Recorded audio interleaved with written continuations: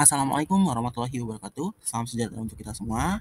Yang terhormat Bapak Humaydi, SPD, MHum, selaku dosen pengampu mata kuliah Pendidikan Kewarganegaraan semester 118. Oke, baik, di sini kelompok 5 akan menyampaikan terkait dengan sosialisasi nilai-nilai anti korupsi. Anggota kelompok 5 terdiri dari Anugrah Afra Yuliandani dari program studi pendidikan fisika, Delvi Anugrah Prasistio dari program studi matematika, Muhammad Rehan Ilham dari program studi pendidikan fisika, Sofia Tulgina dari program studi pendidikan fisika, dan Safira Aulia Haq dari program studi matematika.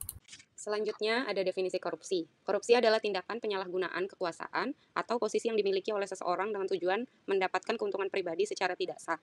Korupsi melibatkan penerimaan atau pemberian suap, penyalahgunaan dana publik, nepotisme, kolusi, atau praktik-praktik lain yang merugikan kepentingan umum. Nilai-nilai anti korupsi. Nilai-nilai anti korupsi yang pertama adalah kejujuran.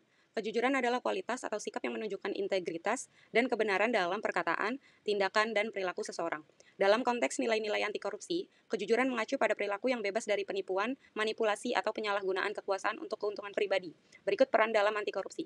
Yang pertama, pencegahan korupsi. Kejujuran berperan penting dalam mencegah korupsi.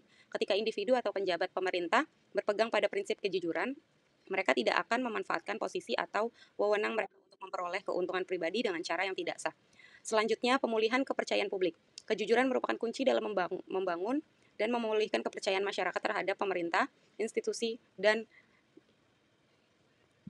lembaga lainnya. Dengan berperilaku jujur, individu atau organisasi membuktikan bahwa mereka bertanggung jawab dan dapat diandalkan.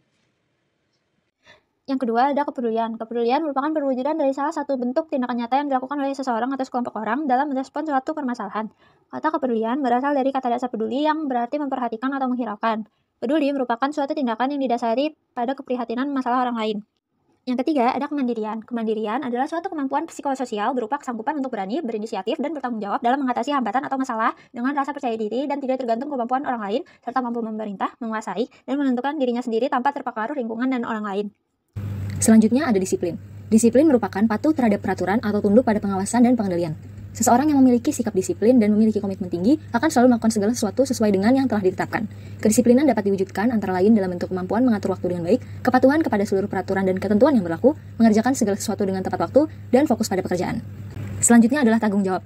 Tanggung jawab adalah melaksanakan tugas dengan sungguh-sungguh hingga tuntas, dan jika terjadi suatu kesalahan boleh dituntut, dipersalahkan, dan diperkarakan. Seseorang yang memiliki sikap tanggung jawab akan memiliki kecenderungan menyelesaikan tugas dengan lebih baik. Rasa tanggung jawab tidak begitu saja muncul, akan tetapi terjadi melalui sebuah proses. Penerapan nilai tanggung jawab antara lain dapat diwujudkan dalam bentuk belajar dengan sungguh-sungguh, lulus tepat waktu dengan nilai baik, mengerjakan tugas akademik dengan baik, menjaga amanah dan kepercayaan yang diberikan. Jadi definisi kerja keras pada nilai anti korupsi yaitu kerja keras merujuk pada upaya yang dilakukan secara konsisten, sungguh-sungguh dan tekun untuk mencapai tujuan yang diinginkan. Dalam konteks nilai-nilai anti korupsi, kerja keras memiliki peran yang penting. Nah, kerja keras ini adalah upaya yang dilakukan dengan tekun, ketekunan, dan dedikasi tinggi untuk mencapai hasil yang diinginkan.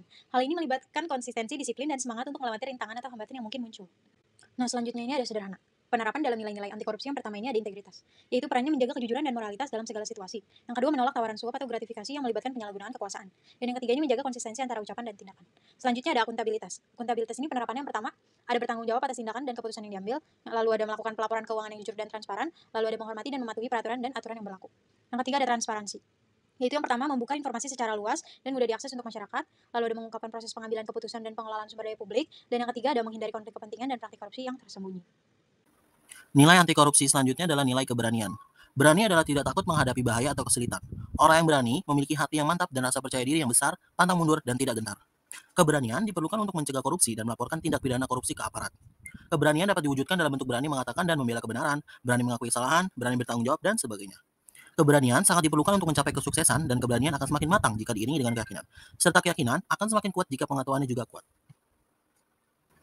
Nilai selanjutnya adalah keadilan. Adil ini berarti perlakuan yang sama untuk semua tanpa membeda-bedakan berdasarkan golongan atau kelas tertentu.